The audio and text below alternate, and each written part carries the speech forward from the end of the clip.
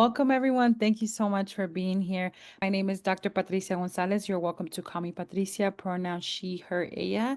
And I am the Assistant Dean for the Office of Justice, Equity, Diversity, and Inclusion here at the University of Colorado Boulder in the College of Arts and Sciences. And our office is really excited to host today's event. Before we get started, we're going to just start us off with a land acknowledgement. We invite you to take a moment to reflect on your relationship to this land of Boulder and relationship to local indigenous communities as we are guided by the university's land acknowledgement. The University of Colorado Boulder honor and recognizes the many contributions of Indigenous people in our state in stewardship to land before the establishment of the state into this present moment. CU Boulder humbly acknowledges that it is located on the traditional and current homelands of Cheyenne, Arapaho, Ute, and many other Native nations and communities.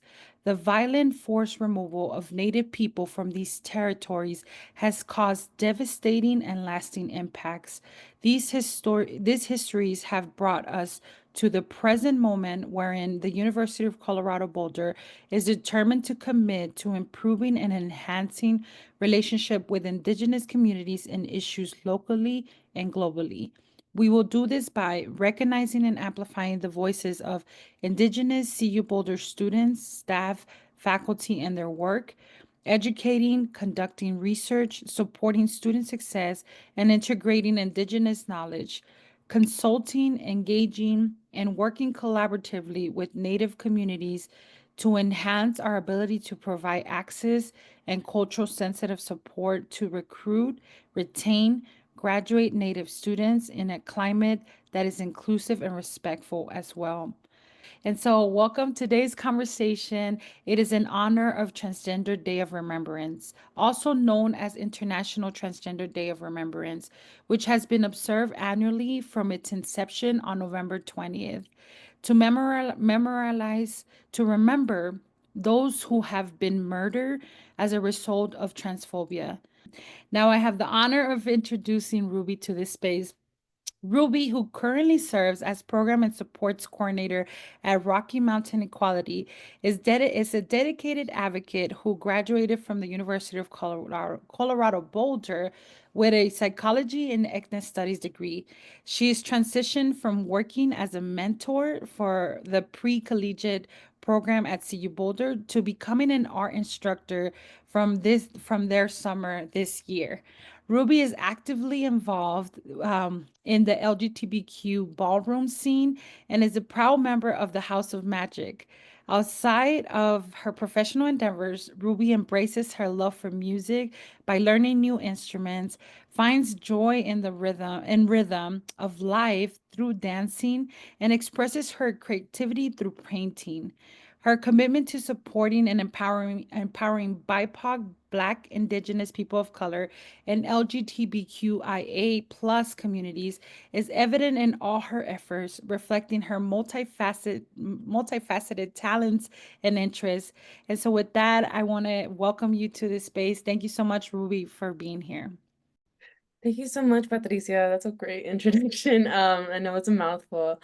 But again, my name is Ruby Guardado. I am the Program and Support Coordinator at Rocky Mountain Quality currently, and that's we have locations in Boulder and Northern Colorado and Fort Collins, I believe. And today I would just want to share a little bit of my workshops that I do bi-monthly, the Radiance Redefined under affirming makeup slash skincare workshops. This one that I'm going to show you and present to you is we're going over skincare. But first, I do want to explain why I do these workshops. I'm going to do it to grow awareness for gender affirming skincare and makeup. A lot of the time, I mean, I've been doing makeup since I was 14, 13, around there. And a lot of the times, I couldn't find makeup or to suit my skin tone, or couldn't find any makeup workshops or videos to teach me how to do my makeup how I envisioned myself doing. So, same thing goes a lot for people of different genders or different sexualities that are trying to express themselves and just cannot find that certain YouTube link or that certain TikTok video of what exactly they're trying to find, and it could be from transgender affirming makeup or like just gender affirming makeup in general. In this world, it's very limited, and I just want to grow that makeup world to everyone who I can in our community. So today I'm just gonna go over skincare basics, transgender skincare journeys, and our closing remarks. We're gonna have a lot of time to talk about and ask questions of what you can do to improve your skincare routine or what products there are for your own needs. The first one that this is actually my first presentation and my first workshop that I did, because in order to have a perfect to have a nice makeup or like a nice outcome, you have to start with the base, which is your skin, and the skin can change a lot of the times, and skincare products are very there's so many of them, it can become overwhelming for some people. So we're trying to tone down all the noise and pretty much get to the basics where you need to be just to start your skincare journey. And a lot of times the skincare and makeup is targeted towards women, which it can feel very I guess uncomfortable or scary to walk into a Sephora or Ulta and see all the pictures of women, all the pictures of just targeting to women and girls, I guess. And let's say you're a man walking in there, or you're a transgender man, and you have no idea what to do. Um, this is a workshop for you to make you feel a little bit more comfortable in your own journey and in being more independent in your own makeup world. So here are some skincare basics. You just want to understand and enhance your skin pretty much. So skincare is essential not just for um, people with skincare issues, it's for everyone. You want to maintain a healthy skin and also so you can just maintain a healthy amount of confidence and your own well-being. Um, like I had mentioned before, it's this workshops that are particularly important because skincare products fail to address the diverse needs of all the individuals, whether that be BIPOC individuals, LGBTQ plus individuals. I want to ensure that there's inclusivity for everyone, and regardless of their skin type or their skin color. Also, you'll during this workshop you'll gain some valuable insights and personal tips, making skincare accessible and effective for you and for anybody you share with. So to understand your skin type, you really want to look at your skin pretty much from the moment you wake up. Um, Sometimes you can wake up looking feeling oily. You have an excess sebum production and it's prone to acne. This is what causes a lot of the acne issues today. Or you might have dry skin, especially in Colorado. The air is so dry that you might experience some flakiness or like rough texture, and that's due to the lack of moisture in your skin. Uh, for me, I have a combination. Sometimes I get oily right in the nose area and the forehead area, or sometimes on my eyelids, and then I get really dry on like the side of my forehead for some reason, and then like some areas of my chin. So those are that is one of the most common combination of skin types is what I mean this is the most common skin types is a combination skin type. And that can make it really difficult when you're looking for products because some of them are targeted more towards dry skin or more to oily skin. So I'll recommend some products later on that can help both these issues. And then we have easily irritated, prone to redness skin. That may be acne, or it could be also just from touching your face, things like that can really irritate your skin. I have a really sensitive neck area and yeah, all this area is really sensitive, even like by just touching it. So I try to refrain from that. Um, but it can be really easy to just touch your face, especially when it's a sensitive face. It's really prone to getting all the bacteria that's on your hands to your face, and that's how acne starts to begin or skin issues. I've never met anybody with a normal face, with a balanced and not too oily, not too dry face. But if that's you, go. If that's work, okay. So that is way more easier to manage, obviously. You don't need a lot of products. You don't or you don't need anything specifically targeted to any skin issues. But that's mainly never the that's never typical. So it's never the case. There's a lot of different skin issues that you may be wanting to um go towards, and we can talk about that in a little bit, but mainly if you don't know your skin type, you want to identify your skin type before you start this journey. So once you just want to wash and wait. This is the method of wash and wait. You just cleanse your face and wait for an hour and then observe what your skin is doing. If you get a little oily around the nose, you get a little more oily around everywhere, you see your skin very shiny, you may be an oily skin type.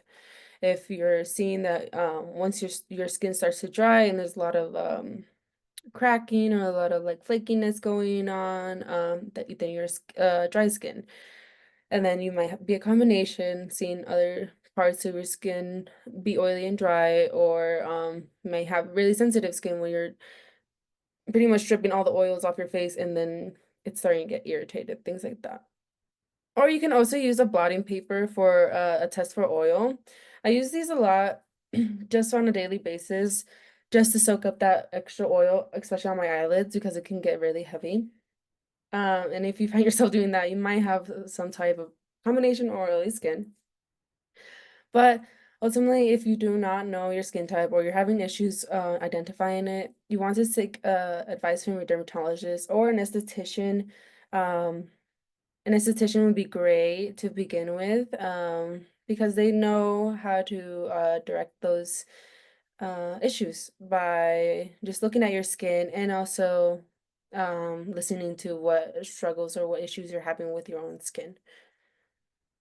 Okay, going next. Okay, so here are common skincare concerns that most people combat with, I guess. We have acne. That's one of the most difficult ones, because sometimes it can be just because of hormonal changes, sometimes it can be because of genetics, but sometimes it could just be because of clogged pores. There's a lot of things that can affect acne and like uh, make acne appear. And there's different types of acne as well. There can be you might have whiteheads, blackheads, and then also like this area a lot of like irritation. Hyperpigmentation or dark spots on uneven skin tone. I believe I don't oh right here, yeah. Once we start aging, we start to get a lot of uneven skin tones due to either not wearing enough moisturizer, not enough SPF, um, or it's just normal for the skin to change in general. So you might find some dark spots or uneven skin tone happening while you're aging. And also as you age, you get wrinkles, fine lines, loss of elasticity, which are not bad things. But there are also some things that people do not directly like or find um attractive, I guess. So there's a lot of things you can do for those. um, Retinol is a good one that we have been talking about in our workshops. A lot of people have questions about it, but I think you should stray away from retinol as much as possible and start with another like moisturizers. Maybe going to your esthetician or dermatologist and seeing what other options you have in terms of regaining some of that elasticity in your face. And then also sensitivity, like I said, like redness, irritation, just allergic reactions can cause a lot of this, or it's just perfectly normal. When I was a kid, I had a lot of redness in my cheeks, um, and that was just because I think it was mainly due to hormonal changes. But yeah, it could be like he, yeah, I see, Patricia, you have the same issue. Yep. Um, yeah, some things just happen. Your skin is gonna constantly change. And there's certain products for all these things. There's so many of them, right? Um, but I will also just recommend some good ones that I have found effective and that the community, have found effective for everyone to use. Um, so yeah, when you're thinking about gender affirming skincare considerations, you want to consider what you're going through physically and emotionally, I guess. Um, Sometimes when we have specific needs for trans and non-binary individuals, we have to take account the hormone therapy effects that we're going through. So you might have changes in your oil production, texture, and hair growth, especially for men or trans men that are doing testosterone hormone therapy. You might see a lot of hair growing, and you never had hair. Yeah, how do you manage that, right?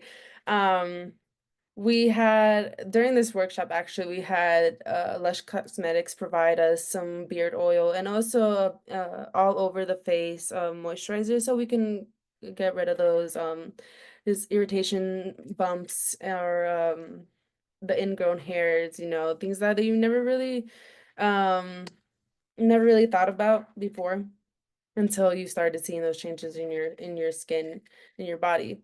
A lot of the that estrogen hormone treatment can produce is changes in oil production. You might see a lot of oiliness happening, and then you might see different reactions in your skin. It really depends on person to person.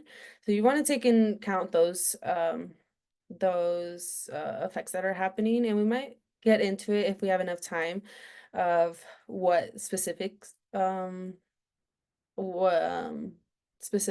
treatments cause specific d- um effects, I guess.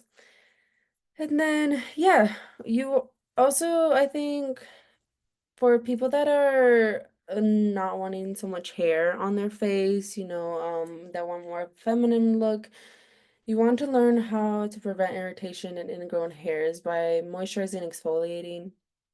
And you really want to be careful of doing this because exfoliating can be very harsh on the skin. Your skin is very thin on your face, and it can cause. I know a lot of people, a lot of makeup brands and skincare brands will recommend doing a harsh exfoliator where you're basically stripping off a lot of your skin and your oils, your natural oils. It can be very damaging. So you want to start very small with like a gentle cleanser and then maybe a gentle exfoliator just to help out those ingrown hairs, and also just like also for shaving as well. You want to do a gentle and preferably non-alcoholic shaving cream, just so it's not irritating your skin, and also just so you can get the closest shave as well. For makeup use, you want to use non-comedogenic products and proper removal for your makeup. A lot of times you'll see people like just wiping off their skin pretty much, and it's very damaging for your skin actually. You really want to stray away from wipes as much as possible. And if you need a recommendation for makeup removal, I would start with an oil-based cleanser. Now those are fairly new, but they're very effective actually. I've used a couple of them. I know that there are also makeup removers that are like a balm, I guess. I don't know what they're called, cleanser balms or something like that. They're like a cream. You also can use those as well. Those are very helpful and also takes off everything. So for makeup use and makeup removal, I would do a double cleanse, which would mean getting an oil cleanser. I actually have one right here actually. This is a deep cleansing oil remover, and it removes all the makeup, and then you can go into your normal cleanser. Let's say it's like CeraVe or just any like water-based cleanser, and that would be very helpful for your skin, and you're gonna see results pretty much instantly. Which how with how non-irritated your skin is, and also how like glowy it will seem. And then mental health, you just want to take care of your skin. When you take care of your skin, you take care of yourself, right? Um, you really want to treat skincare as a self-care ritual. I have my own skincare ritual. I usually do this in the shower. I'm just cleansing my face. I'm cleansing my whole body. I'm doing the whole ritual pretty much. Um, and I'm taking my time with it. Once I even if like I'm doing makeup and stuff, I'm really like in a peaceful state, I guess. And it really helps to feel more confident and feel more within your body. If you're trying to do something you're not, like let's say if you're trying to um if you're trying to like stick to the norms and you're putting on mascara even though you hate mascara, like that's something that's really going to affect your own mental health, and it's something that can affect a lot of people that are trying to be more gender affirming. So, if you really do need help, I also work in the behavioral health program with Rocky Mountain Quality, and we have so many resources just to make you feel better within yourself and better as yourself. Okay. So a basic skincare routine looks more like very simple. I think when we go to the store and we see all these products, we're like, oh, we need toner, we need all these, like we need moisturizing, we need four of them. Like it's not that serious. The less is more. I have learned the more you put on, the more your face is gonna be struggling to just deal with all the products that are on your face. So you just want to cleanse your face, removing dirt and impurities or makeup. And like I had mentioned, you use for makeup an oil based cleanser, and then you go in with the regular cleanser that you use daily. Um, and then toning, you just want to balance your skin pH. I found this very helpful. I used to never tone my face, but this really helps with moisturizing or hydrating my face, and really helps keep everything, I guess, plump. I have one here, and it's one of the Korean skincare based ones in Ulta actually. And what's really nice is here it has it just nourishes and moisturizes your face. And this one's called Wonder. I think the brand is called Wonder. I don't know Korean, so I don't know what this would say. But it's a ceramide mochi toner, and pretty much they're advertising that your skin will bounce back like mochi. Pretty much that is what it's doing. And what I really like is that it has no artificial fragrance, no artificial colors. It's not tested on animals, things like that. You want to look into your skin. This one is for all skin types. Yes. Yeah. Um, yeah, a toner, um, honestly, Korean skincare is great if you go to the Ulta. They're pretty affordable too. So that's the nice thing. And they're pretty much straight to the point. So, which I really like. I don't like all the advertisement words. I just need to like to know what's in the product, right? Um, so yeah, you really want to get things that are non-alcoholic, um, that have no fragrance in them, and that have no synthetic colors in them as well. Those are really going to be helpful for your skin. And that also, when we did this workshop back in, I think August, we had Lush Cosmetics, and Lush Cosmetics has um, a skincare like merchandise, I guess. I don't know how to call it, but they have all that skincare, and it's all natural, and I'm pretty sure you can find something great for you, and it's very diverse in that way of being able to provide and include every skin type. So yeah, moisturizing, you do want to hydrate and protect your skin, whether that be at night or in the morning. So you want to use a skin, like in the morning, I would say you want to use a, let me see if I can find here. Okay. Moisturizer that has SPF. So I have the CeraVe one. Um, it's an AM facial moisturizing lotion and it has 30 SPF.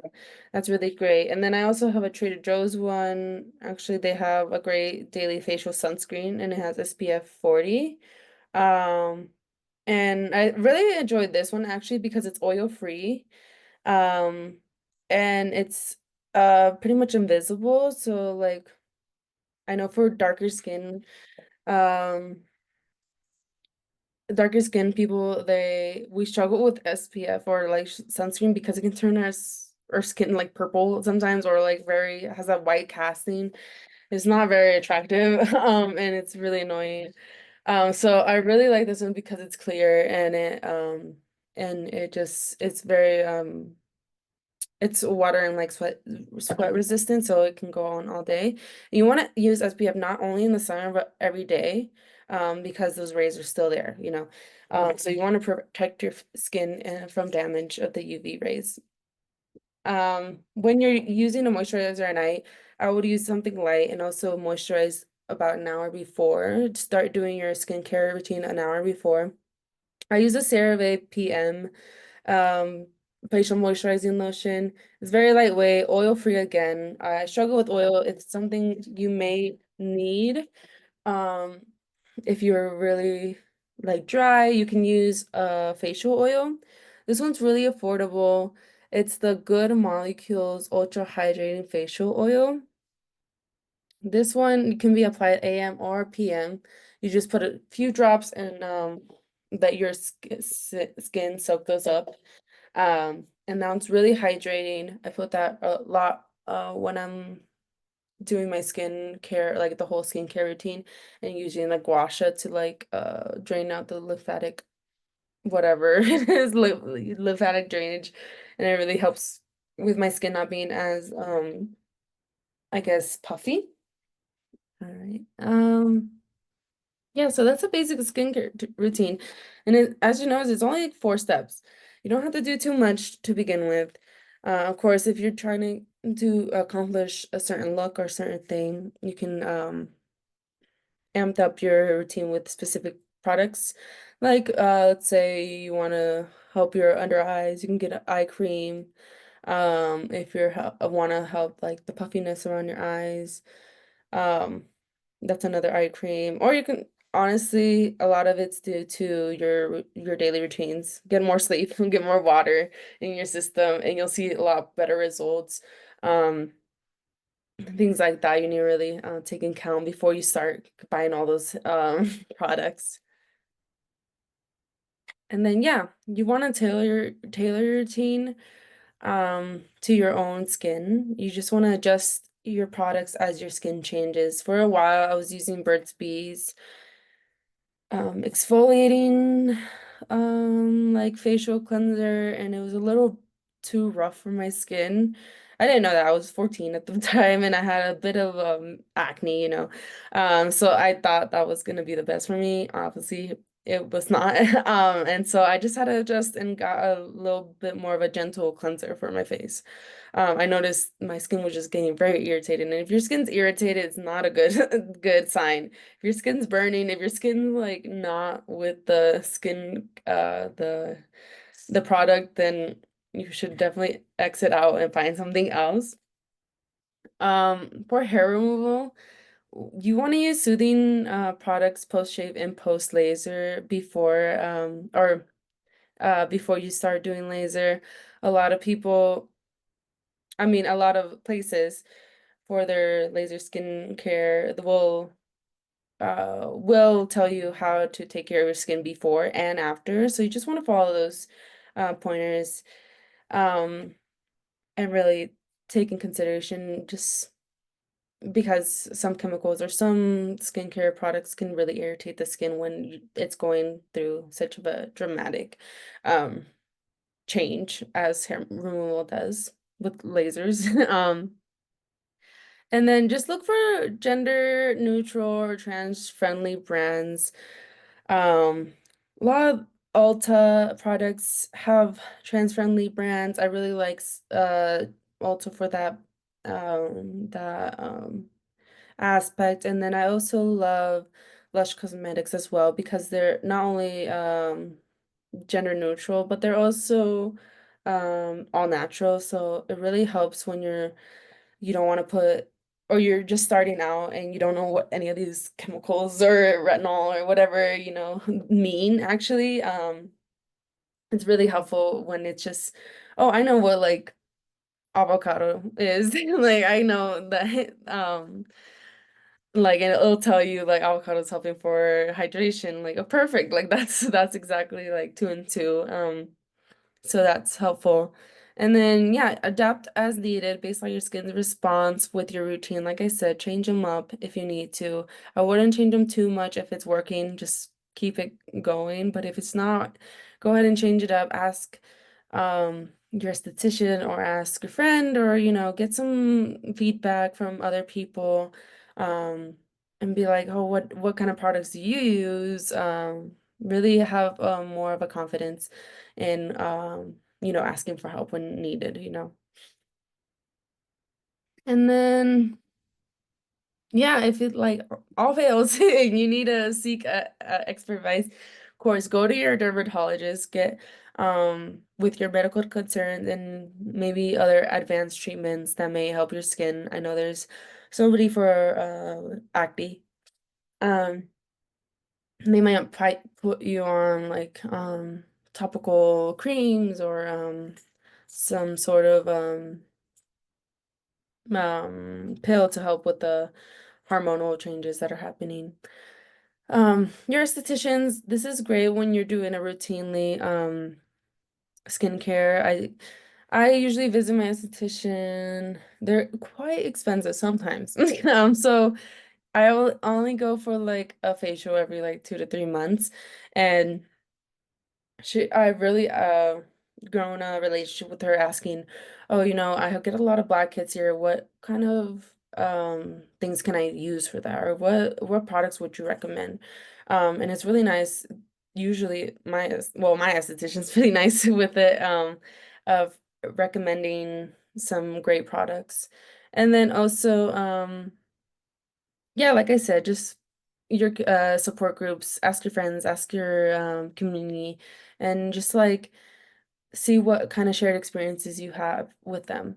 And see if like you you both can help each other out and go to the store together and see what y'all can do together. Oh yeah. I think that's it. Don't know if I had other skincare. Let me see. Yeah, I think for those things, I'm pretty good. So, um, guess it'll be time for a Q&A. If you have any questions. Thank you so much, Ruby.